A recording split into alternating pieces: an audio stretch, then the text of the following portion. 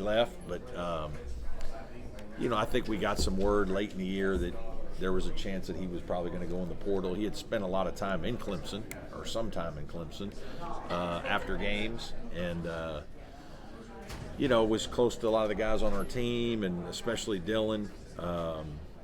And I just knew that he loved his Clemson experience. He wasn't leaving because of anything that happened at Clemson. It was more, other things that maybe people had gotten into his head, and to have him back is terrific because he's just such a positive kid. He's one of the best energy-giving people I've ever been around, and grateful that I get to coach him one more year. That's one of the kind of the new things that have come out of the multiple transfer Yeah. portal thing. And do you see that happening more, that guys go places and then realize what they love? I think it could happen a little more than people realize. And, a lot of times when kids are making decisions, it's not just the kid. There are a lot of people in their ear, and sometimes it's good and sometimes it's not. And most of the time the people that are in their ear, they're not with their child, or that person is not with the player every day. And so there's a lot of really good things like at Clemson, and how you're treated, the kind of academic support you get, the kind of day-to-day interaction you have with people, just the care and kindness. And so sometimes you go to another place and it's not quite the same. It's not just the basketball. And basketball is going to be hard everywhere. There's going to be ups and downs. It's going to get challenging, and there's going to be bad times. And I talk to players a lot and recruits a lot that if you like the outside the gym, if the life outside the gym is good, then you'll survive the basketball. Basketball's, if you work, you'll figure it out. If you don't like the outside of basketball life, then you're probably much more susceptible to leave. And that's kind of what's been happening. When you're trying to build a new team like this, how valuable is it to have someone come back like RJ and talk earlier about just using that philosophy to drive them to get through a year like Georgia? What does that mean for you? It's important. I mean, just having another guy, another voice who's been a good player on our Elite 8 team, that knows how we do things, that believes in our system, our style, and understands when it gets hard, and it's getting hard at times for our players right now, that this is part of what we need. We need to go through some of these challenges. Coach is putting some challenges in front of us to see how we react, and these are the things that are going to make us better. And so to have someone helping Dylan, I think, has been vital.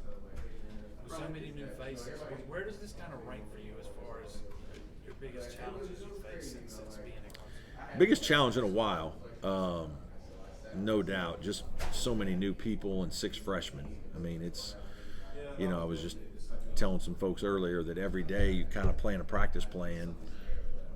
Probably more days than not, you don't get all the way through it.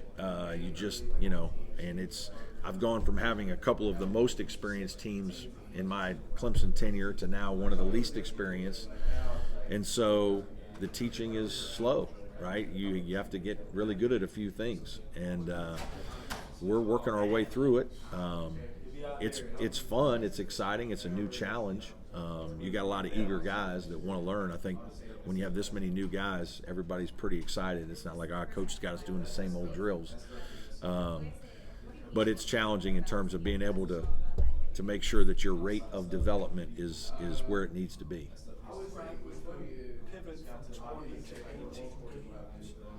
Are there 2 specific non-conference games that you added? I'm guessing Cincinnati. Cincinnati was one for sure. I don't think we knew exactly what we were going to do with the other one. But the Cincinnati game was definitely because we didn't have we lost 2 ACC games. Like, hey, we definitely need one more good high major that we can find in a different venue, and glad that we were able to get them. I think they're going to be very good. It'll be another good test for our team. We're going to play the game in Greenville, which will be a little different, good for our fans, and obviously return the game to Cincinnati next year. But there wasn't another one? I don't know exactly. There might have been a bye game that we used for the other one. I can't remember exactly. It probably was that.